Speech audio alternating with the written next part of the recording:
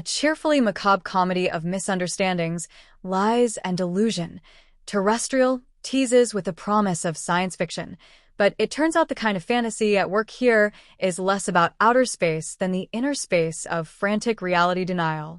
An auspicious first-produced screenplay for the duo of Samuel Johnson and Connor Dietrich, this Fantasia premiere also affords director Steve Pink his best feature to date, one whose tonal finesse is a considerable leap from his studio comedy, Hot Tub Time Machine, and its sequel.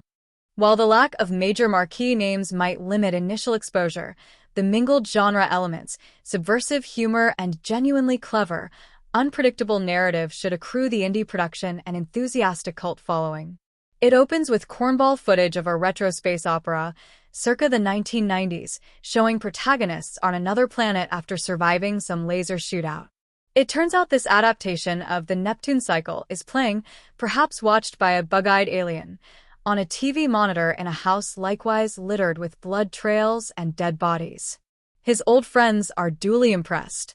But bubbly blonde Maddie, Pauline Chalamet, her smirking boyfriend Ryan, James Morosini, and obnoxiously brash Vic, Eddie Modica, aren't just here to congratulate but to make a tacit wellness assessment, at the behest of Alan's mother. And his erratic behavior does suggest something is wrong, a suspicion seized on by the openly competitive Ryan, who fears his old rival for Maddie's affections has surpassed him in other realms. As these guests poke around, alternately herded and abandoned by their host, someone else turns up, acting very much at home.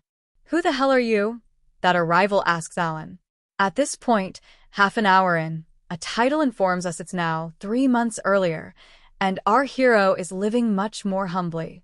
In fact, he's a cook at a diner, sleeping in his car, fielding publishers' rejection letters.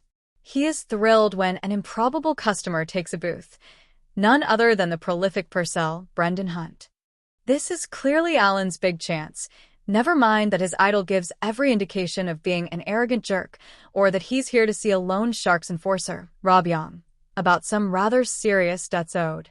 No matter what, Alan cannot let this heaven-sent opportunity pass him by. To reveal more would spoil too much in Johnson and Dietrich's intricate screenplay.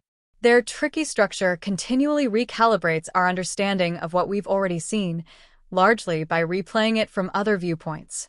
While a big picture gradually grows clear for the audience, that courtesy is not extended to the characters on screen, eventually also including figures played by Max Calvan and Gable Swanland.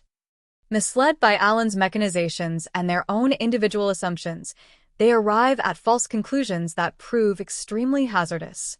An increasingly black comedy of errors, Terrestrial, ends in a bloodbath whose cruel injustice gets leavened by the fact that nobody here is really very sympathetic. Indeed, we're never quite sure why the original quartet were friends in the first place. But cruelly unjust as their fate may be, they truly do deserve each other in a sense. The film is also kept from being too coldly ingenious by Pink's handling, which nimbly juggles numerous tonal and content levels. There's Gen Z social satire, with all our main protagonists constantly irking one another in their separate self-absorptions, the genre camp of the ersatz, Neptune sequences, populated by funny familiar faces like Craig Robinson and Rob Corddry, a sort of old dark house murder mystery flavor to the mansion goings-on Alan's ever-escalating panic at piling one fib atop another to save face. The fantasy sci-fi world he yearns to escape into, and still more. There's a lot going on here, unfolding in a fashion that will send some viewers back for seconds or thirds, just to better appreciate how adroitly all the moving parts work together. Meanwhile, a car full of erstwhile college friends are on their way to visit Alan, Jermaine Fowler, whose recent Incommunicados stretch has them worried. But by all appearances, he's struck the jackpot, purportedly having sold publishing and movie rights on his fantasy fiction series for a fortune. He's now living in a grandiose gated mansion in the Los Angeles hills, one notably decked out with pricey mementos from the multimedia career of Neptune creator S.J. Purcell, in Alan's estimation, the greatest author in the history of science fiction.